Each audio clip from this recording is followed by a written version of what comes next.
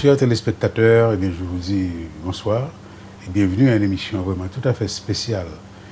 C'est quelqu'un que j'ai comme invité, c'est vraiment quelqu'un d'extraordinaire. Vous l'avez déjà rencontré sur nos écrans ici, mais c'est la première fois que moi je vais lui parler en votre présence et c'est un plaisir pour moi de le faire. Bienvenue Madame Libertino, et comment ça va? Merci, je vais très bien. Merci beaucoup. Est-ce que je pourrais me risquer à dire, puisque ce n'est pas la première fois que vous venez en Haïti, est-ce que je pourrais dire quelque part que vous venez en Haïti par amour? Plus que quelque part. Oui, oui, je viens en Haïti par amour, c'est juste. Surtout que je vis en Haïti depuis assez longtemps. Ouais. Pour dire que si je ne me sentais pas bien en Haïti, je ne viendrais plus depuis longtemps. Alors, qu'est-ce que vous pourriez nous dire un peu plus sur pourquoi ce choix? Au départ, ce n'est pas moi qui ai fait le choix, puisque je collabore avec une ONG en Suisse qui a vu mon travail en RDC, en République démocratique du Congo, et qui m'a demandé de venir en fait mettre en place ma philosophie et les programmes que je crée en Haïti. Donc je suis arrivée ici sans absolument connaître ce pays, je ne connaissais pas de Haïtiens.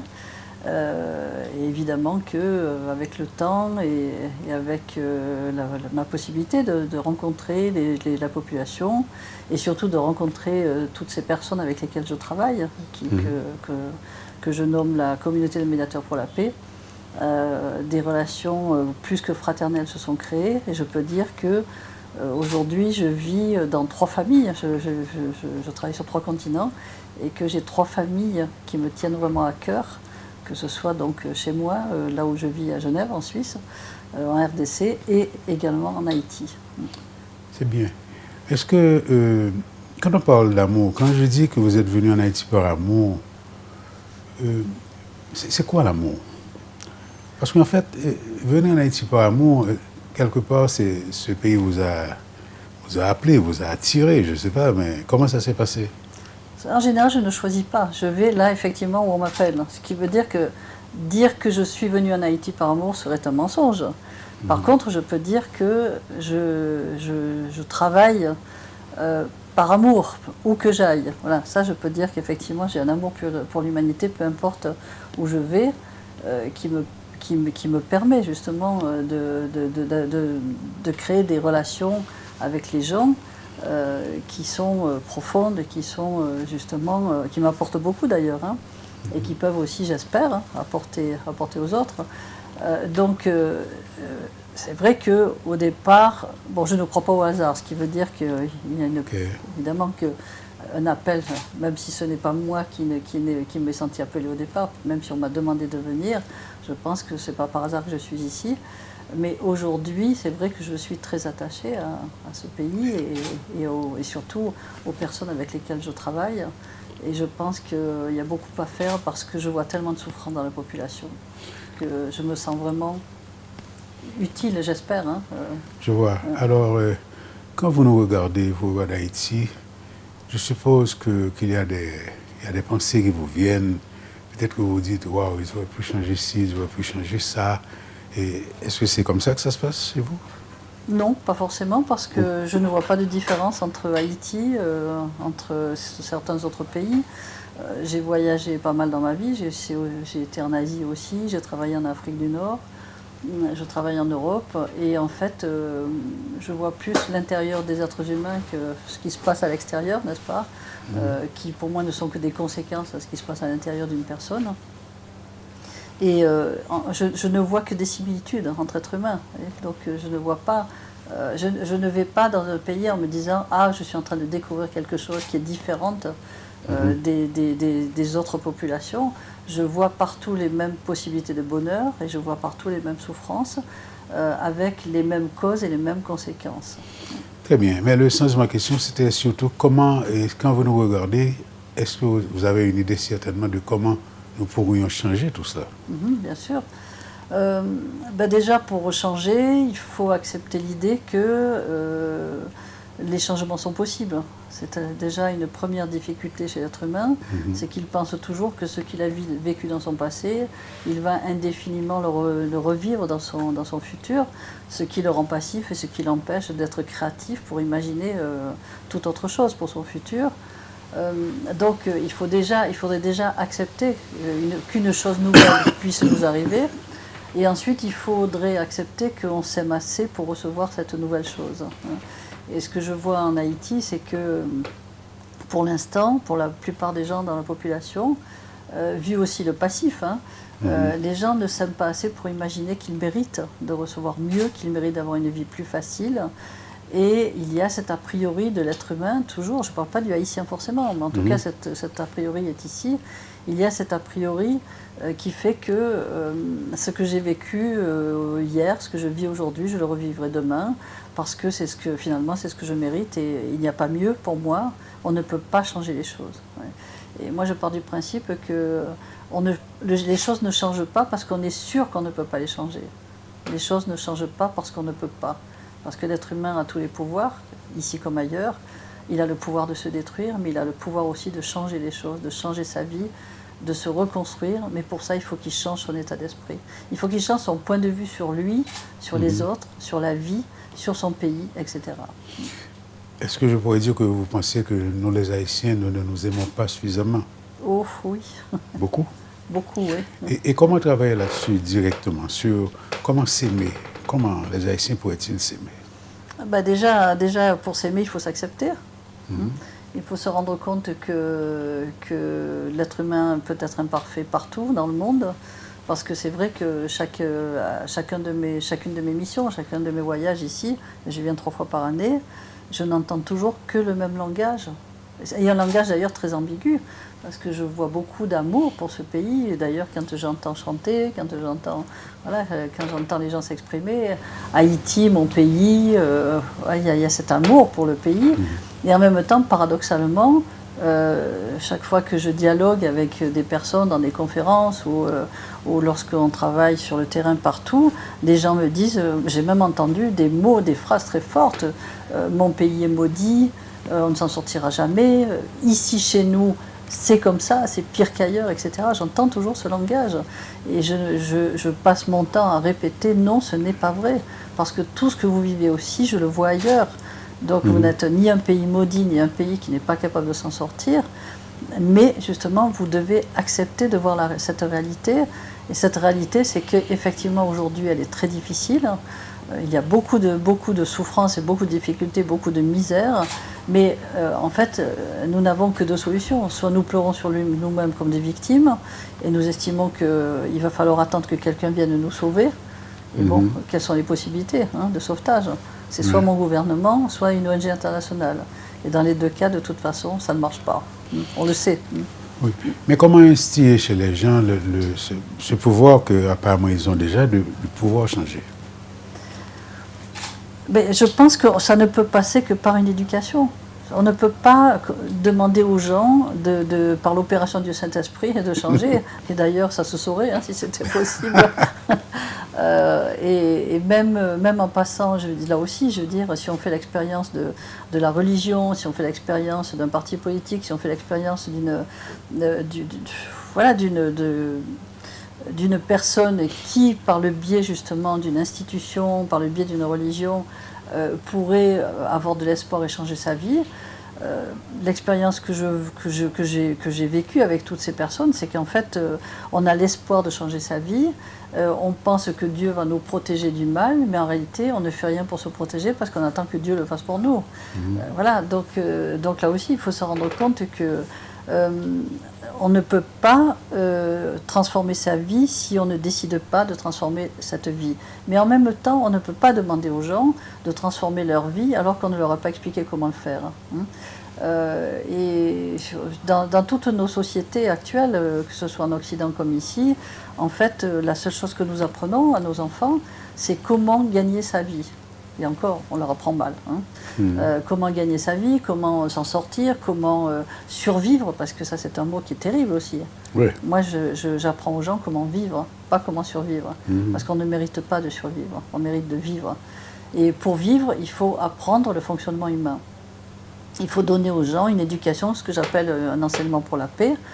Et cet enseignement pour la paix qui passe par la connaissance de soi, qui passe par la connaissance de tous ces points forts, des qualités que nous avons en nous, qui nous permettraient justement de reconstruire notre vie, et surtout la connaissance de ce que j'appelle des programmations émotionnelles, des difficultés qui sont en nous, qui nous empêchent d'avancer. Je peux citer quelques-unes de ces difficultés, justement, je peux parler de la passivité, je peux parler de l'orgueil, puisqu'on parle de Haïti, essayons de voir ces petites difficultés spécifiques, n'est-ce pas? Ouais. Le manque d'amour pour soi, je l'ai dit aussi, la difficulté à communiquer, de s'ouvrir, la confiance. Et en fait, ce sont ce que j'appelle des programmations émotionnelles qui se vivent à l'état individuel, c'est-à-dire qu'une personne peut avoir ces difficultés à l'intérieur d'elle-même, mais tout ça est démultiplié dans un inconscient collectif qui ensuite devient une habitude de fonctionner pour tout un pays, pour toute une population.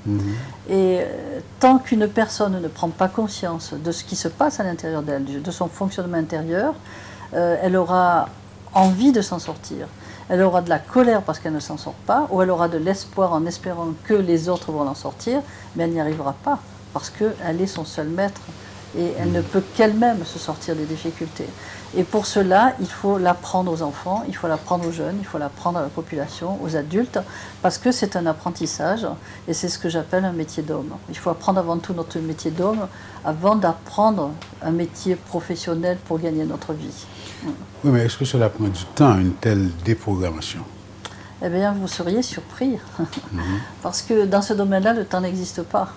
Pour moi, ni le temps ni l'espace n'existent, dans le sens que c'est la motivation, c'est notre persévérance, c'est notre désir, notre choix, notre détermination à nous en sortir, qui fera que, à travers des prises de conscience successives, au quotidien, dans ma vie de tous les jours, du matin au soir en me levant, en vivant toute ma journée, je peux faire des prises de conscience et me rendre compte qu'à chaque instant, je peux changer d'état d'esprit, je peux changer ma vision des choses, et en changeant d'état d'esprit, je vais changer mon attitude, et je vais donc, par mon intermédiaire, inconsciemment, changer l'attitude éventuellement de la personne qui est en face de moi, ou changer la situation qui se présente à moi. Donc ça peut aller très vite. Et je peux te donner juste mon expérience, puisque j'enseigne depuis 40 ans ma philosophie, et j'enseigne toutes ces techniques de travail. Et au début d'un engagement pour une personne qui s'engage dans ce travail, mais je dirais que même déjà le premier jour qu'une personne commence ce travail, elle peut faire des miracles. Voilà. Bon. Et dans les jours qui suivent, je dirais,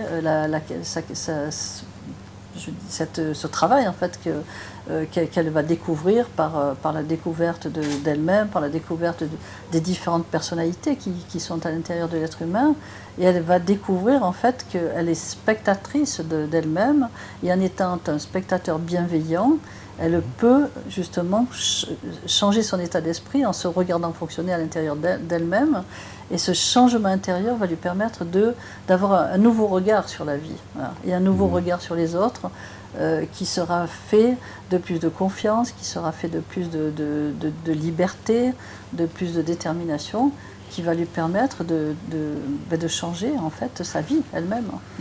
Oui, mais je pense que quand je parle à certaines personnes ici, la majorité des gens en général se cachent derrière les 400 ans d'esclavage pour penser qu'ils ne sont capables de rien faire. Est-ce que c'est possible? C'est possible, mais c'est aussi sûr pour détruire sa vie. Voilà, c'est qu'à un moment donné, il faut savoir que nous avons tous de toute façon un passé, nous avons tous un capital. Hein.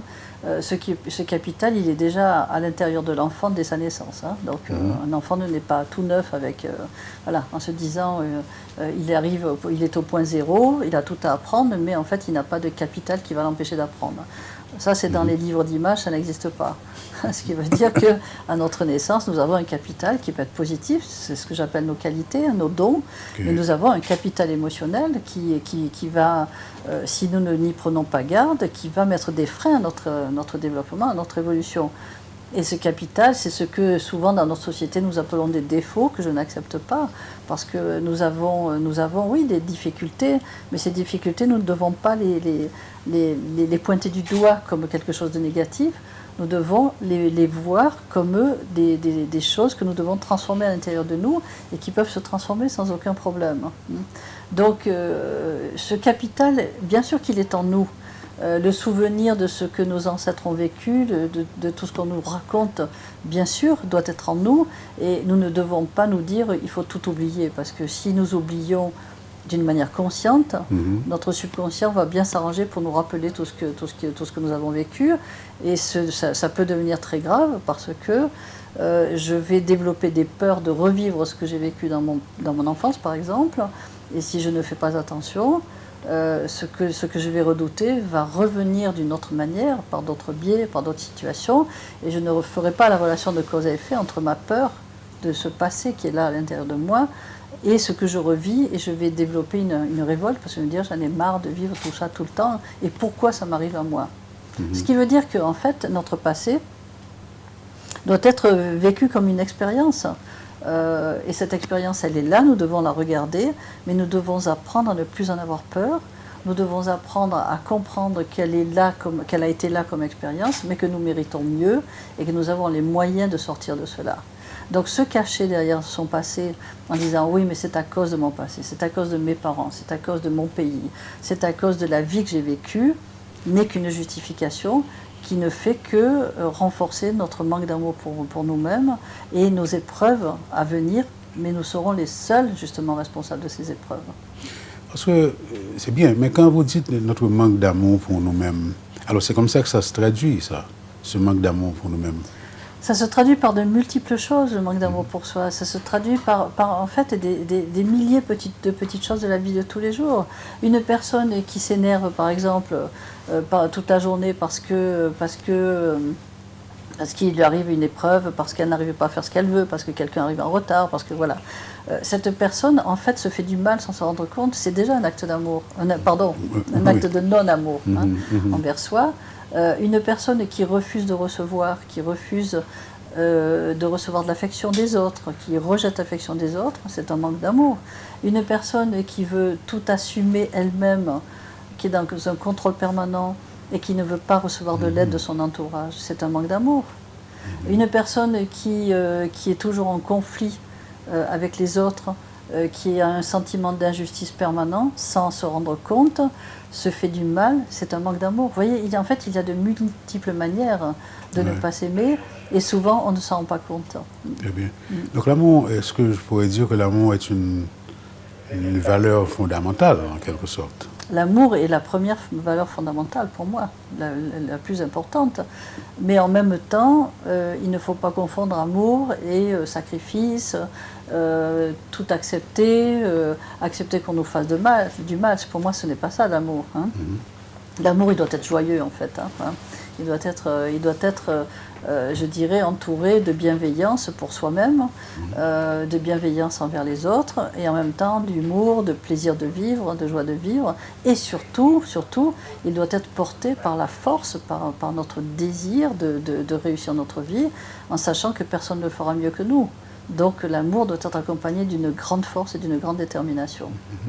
Mais à part l'amour comme valeur fondamentale, il y en a d'autres? Il y a d'autres valeurs fondamentales? Il y en a une qui me tient vraiment à cœur, je dirais même à titre personnel, c'est la liberté. Pourquoi? Parce que la liberté, c'est la capacité pour chaque individu déjà de se découvrir très jeune et de savoir que nous sommes chacun un être unique sur la Terre, et que bien que nous devons faire des concessions parce que nous vivons en société, nous sommes entourés de personnes aussi qui ont besoin qu'on s'occupe d'elles, mais en même temps, chaque enfant qui vient au monde a ses qualités primordiales, et donc cet enfant sera fait pour se développer d'une manière particulière. Certaines personnes sont nées pour être des artistes, d'autres sont nées pour travailler d'une manière plus intellectuelle, d'autres sont faites pour travailler de leurs mains. Et on est tous en fait indispensables sur cette terre, chacun avec notre spécificité. Mais si nous n'avons pas une liberté au départ, une indépendance, qu'elle soit spirituelle, qu'elle soit intellectuelle, etc., nous serons portés à suivre la voie de nos parents, à suivre la voie de notre pays, à répondre aux conventions, en étant malheureux peut-être de ces a priori, de ces conventions, parce que nous ne nous sentons pas à notre place, mais par lâcheté, nous n'osons pas être différents. Donc cette liberté, pour moi, elle a une importance fondamentale déjà pour l'enfant, pour le jeune, pour se développer, pour devenir un homme, pour devenir une femme, avec un métier qui lui plaise. Pour moi, un métier doit être une vocation. Parce que travailler une journée entière pour faire quelque chose qui ne nous plaît pas, c'est terrible, je trouve. Donc il faut aimer notre travail, aimer ce que nous faisons. Donc déjà, c'est important, de cette liberté pour pouvoir découvrir ce que nous sommes au milieu des autres qui sont peut-être différentes de nous. Et en même temps, cette liberté va nous permettre aussi, à certains moments, de peut-être remettre en question des aspects de nos traditions, des aspects de notre éducation, de ce qui se passe aussi dans notre pays, pour que les jeunes puissent aussi développer leur pays d'une manière différente, en sachant qu'on peut aimer nos parents, nous pouvons aimer nos ancêtres, nous pouvons aimer notre culture. Je fais une différence entre la culture et la tradition. Et cette culture ne nous empêchera pas d'apporter de nouvelles choses, d'apporter justement des nouveautés qui vont permettre pour les nouvelles générations de se sentir plus libres pour pouvoir être plus heureux sur la Terre et de pouvoir sortir justement de cette souffrance, de cette passivité. Parce que la pire des choses pour un être humain, c'est de se dire, chez nous, ça a toujours été comme ça, et ça va continuer à être comme ça. Et pour moi, il n'y a pas de liberté là-dedans. Il y a une soumission, une passivité à la souffrance, et à la place de la liberté, je vais développer des frustrations, et je vais développer des colères. Et donc, en fait, ce refus d'être libre va amener l'être humain à se considérer comme une victime, à se révolter, à se battre et en fait à faire la guerre finalement. Alors qu'il pourrait très bien décider librement de prendre sa vie en main, sans colère, sans violence, pour pouvoir changer les choses dans sa vie et dans celle de son pays. Très intéressant. Nous allons prendre une toute petite pause. Nous sommes de retour tout à l'heure.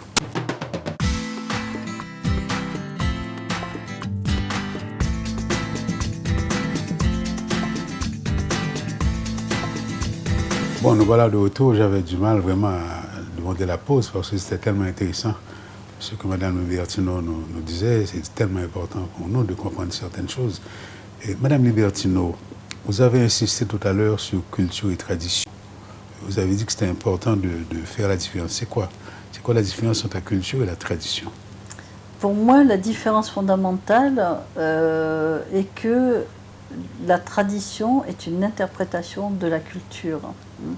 Ce qui veut dire que dans n'importe quel pays, sur n'importe quel continent, la culture pour moi est toujours juste. Et il est très important que nous gardions notre culture, parce que la culture c'est ce qui fait la spécificité d'une population, d'une personne. C'est ce qui fait, en fait ce sont ses racines. Et nos racines, nous en avons besoin pour pouvoir... je dirais, aller plus haut vers le ciel, il faut garder nos racines, autrement on part n'importe où, dans tous les sens. Voilà, donc ça a une importance fondamentale. Et ces racines nous apportent justement une culture que nous devons garder, parce que cette culture va se manifester dans beaucoup d'actions de notre quotidien, ne serait-ce que dans notre manière de manger, dans notre manière de prendre soin de notre santé, dans notre manière de réagir vis-à-vis des autres, dans notre manière de fonctionner au quotidien avec les autres. Voilà. Des problèmes aussi. Donc c'est très important.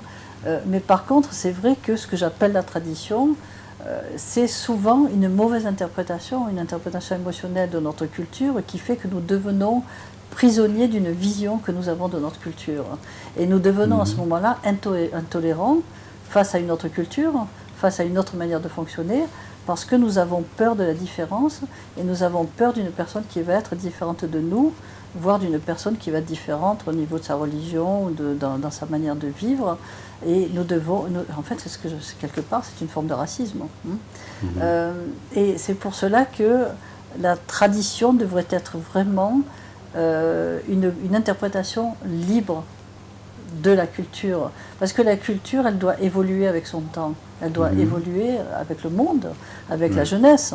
Et même si notre culture était exceptionnelle il y a 20 ans en arrière, cette culture peut rester exceptionnelle tout en se mettant aussi je dirais, au goût du jour de la jeunesse actuelle par rapport ne serait-ce qu'aujourd'hui, nous avons une évolution qui n'est pas toujours d'ailleurs positive de la technologie, parce que nous sommes arrivés à des extrêmes. Hein. Voilà.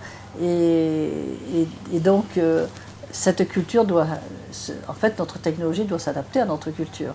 Oui. Mais quand vous dites qu'on a une évolution qui n'est pas très positive de la technologie, vous avez une idée? Enfin, pas vous avez une idée. Vous pensez quoi de la technologie, vous? Je pense que la technologie est très bien, à condition que nous n'en soyons pas esclaves. Vous voyez, c'est là où, quand je parle de liberté, la liberté, en fait, quelque part, c'est un garde-fou pour l'être humain. Si nous ne sommes pas libres, nous devenons dépendants. Devenir dépendant de quelque chose que nous avons créé, c'est dangereux, c'est grave. Pourquoi? Parce que si l'être humain crée quelque chose et qu'il se rend compte que cette chose qu'il a créée n'est qu'une capacité d'évolution, mais en étant un moyen d'évolution seulement, hein, ça veut dire qu'en fait, il ne lui donnera pas un pouvoir. Il lui donnera juste en fait, il l'utilisera comme un instrument, tout en sachant que lui seul a le pouvoir et que lui seul possède l'intelligence. Mais aujourd'hui, nous arrivons à un stade d'aberration totale, puisqu'on est en train de nous expliquer, peut-être pas chez vous encore, j'en sais rien, mais en tout cas en Occident, bientôt c'est la machine qui va nous dire comment fonctionner. Voilà, on en a entendu parler. Voilà, l'intelligence artificielle, vous voyez. Oui, voilà. Oui. Heureusement d'ailleurs qu'il y a le mot artificiel. Mais je pense que la plupart des gens n'ont pas compris que ce mot artificiel voulait dire quelque chose. Et on est en train d'arriver à des aberrations, puisque... Bon, bien sûr que je parle d'extrême, mais cet extrême existe déjà. C'est que des gens commencent à se mettre des puces sous la peau pour être en contact avec l'ordinateur qui va leur dire s'ils sont en bonne santé. Vous voyez, donc c'est grave, c'est grave. C'est pour ça que quand je parle de technologie, je parle de danger, alors que la technologie pourrait nous servir d'une manière exceptionnelle, puisque moi-même, je peux quand même dire que grâce à la technologie, je peux travailler avec 3 continents, en étant en contact avec mes élèves quasiment tous les jours, grâce à la technologie. Donc je ne vais pas rejeter cela, mais en même temps, je n'en suis pas esclave, parce que avant la technologie, les rapports humains, l'amour, la solidarité, c'est bien plus important. Mais cette technologie, je pense que, au fait, les gens sont très pressés, je dirais, ces jours-ci. Tout le monde est pressé. On se dépêche de faire un tas de choses, et je pense que la technologie va un peu dans ce sens-là. Parce qu'on est passé de 1G à 2G à 3G, maintenant on parle de 5G, puis j'ai l'impression que ça va aller encore plus vite. Est-ce que c'est normal, tout ça? Mais bien sûr que non, ce n'est pas normal. Parce qu'en fait, quand on dit que l'être humain est pressé, il est pressé pour aller où? Au cimetière. Moi, je ne suis pas pressé, hein. J'ai tout mon temps. Et tout le monde se presse. Il faut faire les choses de plus en plus vite. Oui, mais on les fait de plus en plus vite, de plus en plus superficiellement.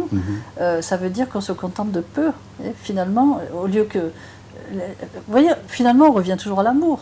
C'est que si je m'aime, je n'ai pas envie de courir parce que j'ai envie de goûter les choses. J'ai envie de goûter la vie, j'ai envie de qualité. Hein. Parce que si je vais tous les jours dans les magasins pour m'acheter 10 t-shirts par jour de mauvaise qualité pour le plaisir de savoir que toutes les heures je peux changer de t-shirt, je ne vois pas quel plaisir je vais avoir. Voilà. Je préfère au contraire aller acheter un beau vêtement de bonne qualité, même si je vais le mettre pendant 10 ans. Mais j'aurai vraiment le plaisir d'avoir quelque chose de beau qui a été bien fait par des artisans qui ont eu du bonheur à travailler. Et c'est ce qui manque aujourd'hui à je dirais, à notre société, c'est de se rendre compte que la beauté, que la qualité a bien plus de valeur à nos yeux que la rapidité et que la consommation. Et d'ailleurs, ce que je peux dire, c'est que moi qui vis dans des pays qui sont au summum de la consommation, je vois de plus en plus de gens malheureux. Donc le résultat, il est là, vous voyez. Oui. Alors la technologie, est-ce que c'est une forme d'énergie, la technologie? Alors, ou c'est une expression de l'énergie?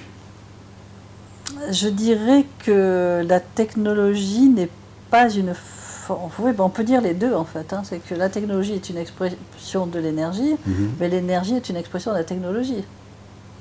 Pourquoi? Parce que à partir du moment où nous créons quelque chose, la technologie a été créée par l'homme, la technologie conduit l'homme, enfin disons l'homme a décidé de construire des appareils qu'on appelle la technologie, et ces appareils, par la construction de l'homme, a créé des énergies. C'est pour ça qu'on peut dire dans les deux sens que l'énergie crée la matière et la matière crée l'énergie. Voilà. Mais qu'est-ce qui vient avant?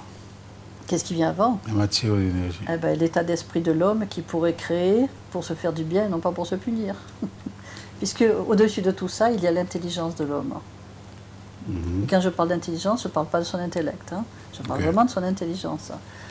Si nous utilisons notre intelligence, nous devons savoir que pour fonctionner correctement et pour maintenir la planète en bonne santé, pour que nous puissions aussi vivre sur cette planète et pour que nous puissions l'offrir à nos enfants, justement dans la meilleure qualité qui soit, il est évident qu'à partir de ce moment-là, nous devons écouter notre intelligence qui nous dit attention, on ne peut vivre que dans l'équilibre pour vivre correctement. On a besoin d'équilibre. Donc il faut déjà, vous voyez, en développant la technologie, l'homme aurait dû comprendre qu'il doit trouver un équilibre entre le spirituel et la matière, entre la technologie et la création mentale, la création artistique, l'imagination, le cœur, l'amour, etc. Nous devons avoir un équilibre dans toutes ces facultés que nous avons à l'intérieur de nous.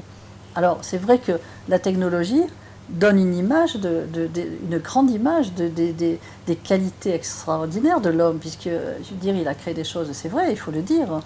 Ce qu'on voit aussi apparaître dans le domaine médical, si on voit toutes les technologies qui sont nées, par exemple, dans le domaine médical, c'est extraordinaire.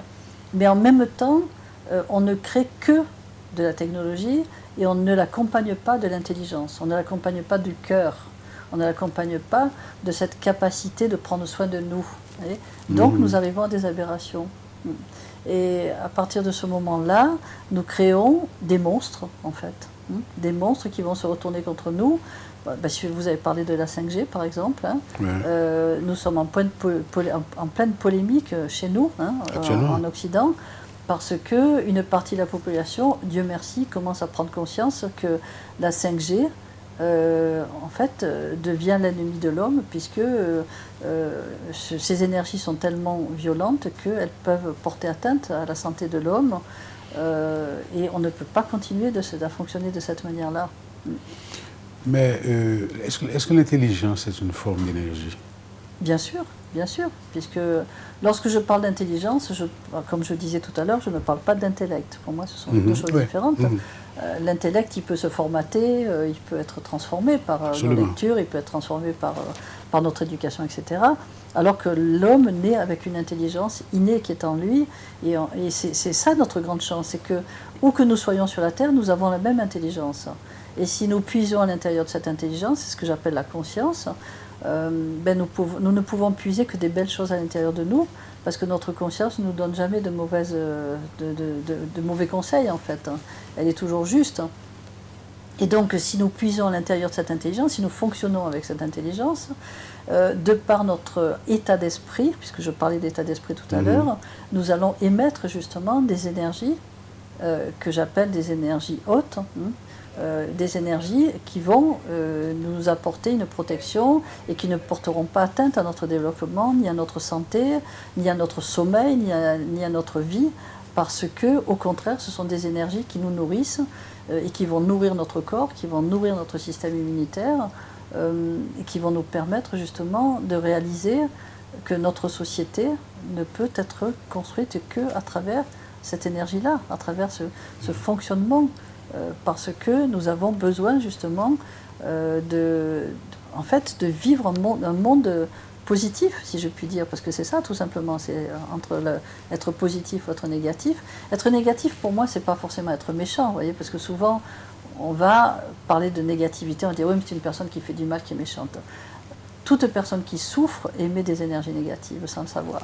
Ah bon? Voilà, donc que ce soit la colère, que ce soit la peur, que ce soit la jalousie, que ce soit le désespoir, nous émettons les mêmes types d'énergie et ces énergies-là vont porter atteinte justement à notre santé. Parce que quand vous dites ça, je suis en train de penser à nous ici. Il y a beaucoup de souffrance. Toute cette souffrance émet une énergie. Est-ce que je peux dire que c'est est une énergie négative. Hélas, oui, nous pouvons le dire. Et cette énergie négative, malheureusement, alimente une énergie qui, petit à petit, doit se nourrir par elle-même, quelque part. Voyez Ce qui veut dire il ne faut pas s'étonner qu'il y ait autant de colère. Il ne faut pas s'étonner que les gens descendent dans la rue. Oui, la violence. La violence, en fait, est la conséquence. Et la conséquence de toutes ces énergies qui se mettent... Pardon. Et la conséquence de toutes ces énergies qui se mettent ensemble et qui finalement deviennent une seule énergie. Parce que si, regardez simplement, essayons de prendre comme exemple tout simple, une famille de 10 personnes qui vivent dans le même appartement, si une personne est toujours en colère et toujours nerveuse, elle va émettre des énergies négatives. Si une personne vivant dans le même appartement qu'elle a peur de sa violence, sa peur va émettre, en fait, sans le savoir, la même énergie que la précédente. Ah. Voilà. Une autre personne qui va être désespérée, mais qui ne va pas en parler parce qu'elle va dire j'en ai marre, par exemple un enfant qui va se dire j'en ai marre d'avoir des parents, d'avoir une mère ou un père qui se tape dessus ou qui se dispute et qui va se réfugier dans sa chambre et qui fuit dans un monde illusoire devant son ordinateur, cet enfant va émettre les mêmes qualités, la même chose. Voilà. Alors, multiplier ça par 10 personnes, et donc ça veut dire que c'est comme une espèce d'énergie qui prend possession d'un lieu, d'un appartement, qui va rester, en fait. Donc, multiplier cette énergie-là par le nombre d'appartements dans un immeuble. Multiplier cela par le nombre d'appartements dans un quartier, dans une ville et dans un pays, et on arrive aux aberrations que nous connaissons. Voilà. Est-ce que c'est comme ça que ça se passe dans le monde? Oui, c'est exactement comme ça que ça se passe. Exactement. Voilà. Et moi, en fait, le message que j'aimerais donner, ce que les gens devraient comprendre, c'est qu'au fond, on pourrait vraiment s'en sortir parce que je suis sûre, et je peux en témoigner depuis 40 ans que j'enseigne et que je vois et que je vis avec les gens et que je travaille avec eux, c'est qu'en réalité, il n'y a pas tellement de gens mauvais sur la Terre. Ah bon? Non, je pense et je vois qu'il y a vraiment de gens mauvais, au moins 10% de la population. Il y a 10% de la population qui, elle, est précurseur et qui veut s'en sortir et qui est capable d'avoir des idées, qui est capable de faire quelque chose. C'est peu aussi, hein. Oui. Mais au fond, qu'est-ce qui reste entre ces deux catégories de personnes?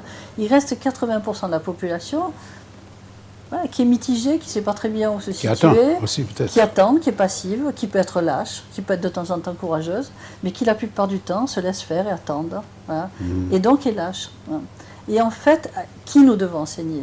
Quelle est cette éducation pour la paix que nous devons donner?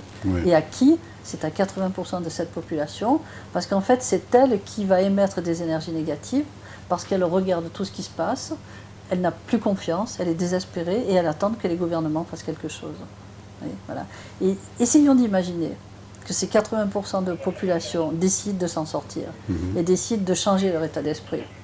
À partir de ce moment-là, ces personnes vont émettre justement, par leur activité, par leur intelligence, par leur confiance, elles vont émettre une énergie positive qui va se mettre face à l'énergie négative de ces fameux 10% dont je parlais. Je peux vous dire que ces 10% sur la Terre, ils ne feront pas long feu, parce que c'est une question de nombre. À partir de ce moment-là, je veux dire, les 80% de la population, par leur état d'esprit, pourront changer les choses. Voilà.